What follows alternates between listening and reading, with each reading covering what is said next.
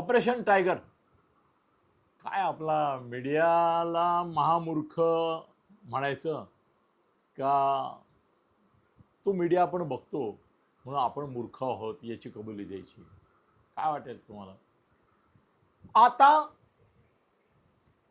रात्रीत बदललं याचं कारण तो कोर्टाचा निकाल विरोधात गेल्यामुळे निंबाळकर फुटले, त्यामुळे इतरांचे 5 जणांचे धोक्यात, 6 जणांचे बंड फसले असले हेडिंग ऐकत होतात तुम्ही, पाहत होता. तुम्हाला खरं वाटत होतं? जर खरं वाटत असेल ना तर पाहणं बंद करा, कारण याचा अर्थ तुम्ही मूर्ख आहात. एकनाथ शिंदे, अमित शहा, देवेंद्र फडणवीस हे दिग्गज ज्या वेळेला जाहीर करतात, हे 6 लोक ज्या वेळेला एक भूमिका घेतात, सगळं फायनल होतं हां, आणि त्यानंतर कुणीतरी म्हणतो की अरे निंबाळकर फुटल्यामुळे आता 6 5 झाले, त्यामुळे टेक्निकली आता लिगली आता हे होणार नाही, त्यामुळे हा बेत उधळला गेला, ऑपरेशन टायगर फसले. पहा चॅनल, पहा यूट्यूब, पहा आणि त्याचे व्ह्युअर्स पहा. ते रावसाहेब दानवे एकदा मला म्हणाले होते, असंच काहीतरी चाललं होतं. रावसाहेब काय वाटतं? ते म्हणजे येड्यांचा बाजार आहे आणखी. तो येड्यांचा बाजार तिकडे चॅनलमध्ये पण आहे ना आपल्याकडे पण आहे. ते फुटलं फुटलं फुटलं टायगर फसलो फसलो फसलो तुमचा हा फसलं. एवढे शिंदे, फडणवीस आणि अमित शहा हे आहेत काय? असं फसेल असं बंड ते करतील आणि जाहीर करतील, अंगावर घेतील? अरे तुम्ही आता मला कधी कधी असं वाटतं लोकांना सांगावं, त्याला तुम्ही चॅनल न पाहणं बंद करा, बंदच करा. हे इलेक्ट्रॉनिक मीडिया बंद करा, सुखी व्हाल. सारख्या त्या एकतर विचित्र बातम्या ऐकून ऐकून अक्षरशः माणसं भ्रमचित्त होत आहेत, उद्विग्न होत आहेत, अस्वस्थ होत आहेत. सारखं प्रत्येक बातमी निगेटिव्ह बातम्यांचा वर्षाव. म्हणजे परवा तर मी म्हटलं की शेतकऱ्यांच्या संदर्भातल्या बातम्या पाहिल्यावर कोणती मुलगी शेतकऱ्याशी लग्न करायला तयार होईल? शेतकरी अडचणी, शेतकरी संकटात, शेतकरी आणि तरी देखील धान्याचे रेकॉर्ड मोडतो एकीकडे, ही माहिती आपल्याला. काय पद्धतीने सगळेजण, सगळ्यांची धिंडवडे निघत आहेत, सगळ्यांची वाताहत होतीये, प्रत्येक बातमी निगेटिव्ह. दुर्दैवी घटना घडतात हे खरं आहे, पण सगळा फोकस एवढा त्याच्यावर चाललेला आहे की माय गॉड. आता ऑपरेशन टायगरच्या संदर्भात इतक्या निगेटिव्ह बातम्या आल्या, काय झालं तुमची? काय उपटलं संजय राऊतनी? हा उलट आहे, ते एक्सपोज झाले, आणि ते एक्सपोज झाले म्हणजे जरा त्यांना हे बरं. या संजय लेखा, तुला माहिती आहे ना आपण बातम्या कशा पेरतो, पेपरवाले कसे काल्पनिक बातम्या टाकतात. तू पण विचलित झाला. तो आदित्य पण म्हणाला ज्यांना परत यायचं असेल त्यांनी यावं. म्हणजे आदित्यला याचा अर्थ मूर्खाला खरंच असं वाटलं की यातलं कोणीतरी येणार आहे, निंबाळकर तरी येतील असं वाटलं. इतकं मूर्ख आहे आदित्य? तुला तरी अक्कल आहे ना? तुला तर माहिती पाहिजे की असं शहा, फडणवीस आणि हे पोचलेले लोक आहेत, हे असं रिस्क घेणार नाहीत. निंबाळकर जाऊन गावी कार्यकर्त्यांना पटवून देणार की आपल्याला निधी पाहिजे, आपल्याला विकास पाहिजे. नुसतंच भांडायचं, नुसतंच कुत्रेगिरी करायची आहे, मुंगेगिरी करायची आहे. हां, काय करायचं? आपल्याला विकास पाहिजे ना. तर मग नुसतं भुंकण्याचं चावण्याचं काम करायला संजय पुरे आहे, अंधारे पुरे आहे, आणखीन आहेत पुष्कळ, आणखीन ते कॉक्रोच आहेत त्याच्यामध्ये आता. हां, बस झालं ना. आपण विकास करूया ना. तुम्ही मला निवडून कशाला दिलाय? भांडायला दिलाय का? नाही नाही, विकासाला दिलं ना. मग मी विकास करतो, मग मला इकडे राहू द्या. पटलं ना कार्यकर्त्यांनी? कुठे त्याच्या, तुम्ही तर तुडवा सांगत होता. एका कार्यकर्त्यांनी त्या निंबाळकरच्या सभेमध्ये असा आवाज पण नाही काढला, नाही नाही साहेब ते निष्ठा आहे, आपण तिकडे राहिलो पाहिजे, असं एकदम तरी म्हणाला का? नाही म्हणाला. 100% लोकांनी सांगितलं नाही नाही, तुम्ही शिंदेबरोबरच जा. तरी देखील आदित्य म्हणतो यायचं असेल तर या, संजय म्हणतो की पश्चाताप झाला असेल तर आता उशीर झाला, पण तरी देखील म्हणजे लोकांना मूर्ख हे बनवतात, ठीक आहे, पण यांनी पण मूर्खपणा करावा. उद्धव पण आता तो जाणार आहे, जिथे जिथे बंडखोरी झाली तिथे जाणार आहे. कोण कुत्रं त्याला प्रतिसाद देणार नाही. त्याला मला माहिती आहे संजय काय करतो, तो बसमधून एक 2000चा क्राऊड स्वतःच पाठवतो जिथे सभा असेल उद्धवची तिथे, किंवा तेही मॅनेज करतात.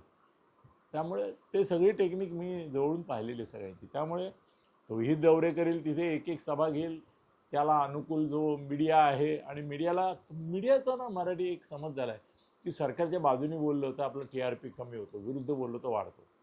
त्यामुळे बरेचसे लोक, मला एकाने सांगितलं चॅनलने, मलाही कळतंय रे हे यांना काही कोणी हे जे फुटले ते काय परत जाणार नाही ते मला माहिती आहे, पण मी तशी बातमी देऊ नाही शकत का TRP त्यात नाही ना, सेन्सेशन कशात आहे, फुटतो की काय, बंड फसतो की काय याच्यात आहे.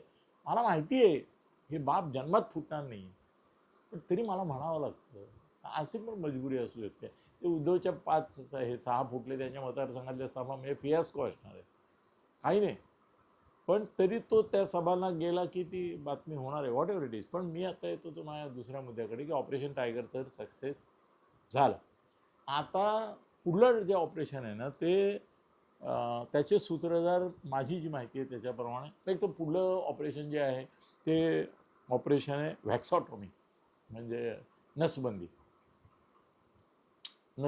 ही नसबंदी आता सध्या कुत्र्यांची नसबंदी चालली आहे, तशी फडणवीस आता राजकीय नेत्यांची आणि काही कार्यकर्त्यांची अशी एक नसबंदी मोहीम हाती घेणार आहे.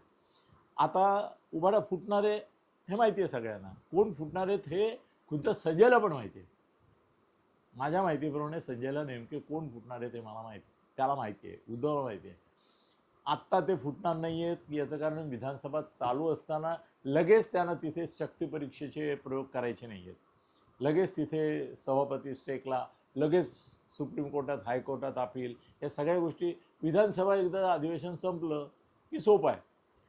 कारण नंतर लगेच शक्तीपरीक्षा घ्या, लगेच सिद्ध करा, लगेच व्हीप जारी करा, लगेच हातवर करून इथेच डिस्क्वालिफाय करायची नोटिसा द्या, हे सगळं टळणार आहे. त्यामुळे विधानसभा अधिवेशन होईस्तोवर हे रोज फुटपाथ त्यांच्या त्या पायऱ्यांवर तुम्हाला रोज अधिवेशनाच्या दिसणार आहे. हे मी आत्ताच सांगतो तुम्हाला, रोज तुम्हाला विरोधक पायऱ्यांवर दिसणार, ते निषेधाच्या घोषणा करणार, बाजूने सत्ताधारी पक्षाचे लोक त्यांच्याकडे बघत हसत हात करत जाणार.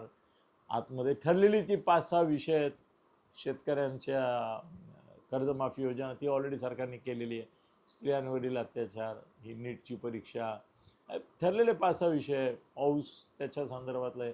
त्या 5-10 विषयाच्या पलीकडे गेलं त्याच्या आधीचं अधिवेशनामध्ये जी चर्चा झाली वेगळे होणार नाही.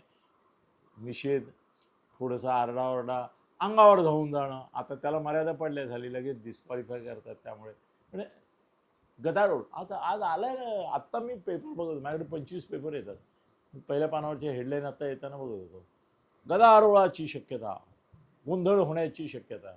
अरे ते अजून तर विधानसभेचं अधिवेशन आता आज सुरू होत आहे, तुम्ही कालपासूनच गोंधळ गदारोळ, कारण तुम्हाला माहिती आहे की दुसरं काय करूच शकणार नाहीत. विरोधी पक्षाचे आमदार दुसरं काय करणार, मुद्दे मांडून तिथे करण्याऐवजी गदारोळ, त्याची बातमी होणार. जर खरोखरच चर्चा झाल्या, त्याच्यामध्ये बौद्धिक मुद्दे मांडले गेले, पुरावे गेले, तर सार्थक होईल. ते त्यांना विरोधी पक्षाला करायचं नाही, कारण त्यांना माहिती आहे बातमी मुद्देसूद भाषणाची होत नाही, गदारोळाची होते, त्यामुळे ते गदारोळ करणार. पण ऑपरेशन व्हॅक्सोटॉमी म्हणजे नसबंदी जे करणार आहेत त्याचे 3 प्रकार आहेत. एक तर फडणवीसांचं गृह खातं जेवढे म्हणून उबाठाचे, शरद पवारांच्या राष्ट्रवादीचे, काँग्रेसचे जे नेते आहेत त्यांचे जे खटले वेगवेगळ्या ह्याच्यात प्रलंबित आहेत, विलंबित आहेत, बघा पुढल्या 3 महिन्यामध्ये सगळ्या ठिकाणी सरकारी वकील जे आहेत ते असे तुंबलेले, जे कार्यकर्त्यांवरचे राजकीय, अराजकीय, वैयक्तिक, भ्रष्टाचाराचे, काय फ्रॉडचे, काय कसे सगळे पुढल्या 3 ते 4 महिन्यामध्ये तुम्हाला संपूर्ण महाराष्ट्रामध्ये एकाएकी जलद गतीने सगळे खटले आलेले दिसतील. धडाधड कोर्टांचे निर्णय आलेले दिसतील. आता ते 20 वर्ष चालला काल निंबाळकरांच्या संदर्भातला खटला, आता काही नाही, आता 20, 25, 30, 45 दिवसात धाड शिक्षा. आता यातल्या कुठल्याही शिक्षा 7.5 वर्षावरच्या नसल्यामुळे जामीन मिळतील त्यांना वरती, पण अडकले ना कोर्टात, जा कारखाना करा. आणि आता आंदोलन हे तुडवा बिडवामध्ये आहे ना, आता कलम लावणार ना फडणवीस आहेत, त्यांनी ऑलरेडी दिलेले आहेत की जर खासदारावर याच्यावर आमदारावर कुठल्या हल्ला झाला महायुतीच्या, तर नुसतं दंगल, शिवीगाळ, चकमक, मारामारी, असली कलमं लावणं, अटेम्प्ट टू मर्डरची लावा, आत ठेवा त्यांना. बघा तुम्ही आता यापुढे जी कलमं लागणार त्यात अटेम्प्ट टू मर्डर लागणार, तुम्ही लावाच हात. पुढे आयुष्याची वाताहत कार्यकर्त्यांचे होणार आहे. त्यामुळे या नेत्यांना काय पडलेले नाही, ते आपापल्या पिताश्री मातोश्रीमध्ये सुखरूप असतात, ते तिथेच राहणार. त्यांना कोण हात लावणार आहे? त्यांना कोण हात लावणार आहे? आणि ते प्रतिकात्मक, ते तर आयडिया करतात. मी पहिल्यापासून पाहिलं की नेते आधी पोलीस त्यांना जाऊन सांगतात की आता आम्ही लाठीमार करणार आहोत. ते म्हणतात मग आम्हाला आधी अरेस्ट करा. मग त्यांना अरेस्ट करतात, ते झाझू करतात, गाडीत जाऊन बसतात, कार्यकर्ते मार खातात. पुढे मरेस तर कुत्र्यासारखा मार करतात. आणि हल्ली पोलीस पूर्वी पाठीमागून ढोंगणावर मारायचे, कारण त्याचे वळ फक्त उठतात थोडेसे, किंवा उठतही नाहीत. त्याच्यामुळे हातपाय मोडतील असं फारसं करायचं नाही. हल्ली हातपाय मोडायला लागले. उत्तर प्रदेश मात्र पायावर गोळ्या घालतायत रोज. अजून महाराष्ट्रात पायावरच्या गोळ्या फारशा सुरू झाल्या नाही आहेत. झाली एन्काउंटर झाली 1-2. पायावरच्या गोळ्या महाराष्ट्रामध्ये पण फडणवीस सुरू करणार. गुन्हेगारांबाबत करतील, आता माफियाबाबत करतील. माफिया विरोधी पक्षाशी निगडीत पण आहेत, त्यांना पण धडा शिकवायला सुरुवात. आता माफिया जो आहे ना, त्यांना देखील धडा शिकवणार, कारण त्याच्या आधारे महाआघाडीचे नेते काही ठिकाणी मातब्बर झालेले. त्यामुळे आता पायावर गोळ्या महाराष्ट्रात सुरू होणार, एन्काउंटर सुरू होणार, हे सगळं होणार. त्यामुळे नसबंदीचा तो एक प्रकार, खटले सगळे बाहेर निघणार, त्याच्यावरचे खटले. बघा सहकारी संस्थांवर आता केवढे मोठे खटले सुरू होतील, यांच्या जेवढ्या संस्था आहेत त्याच्यावर.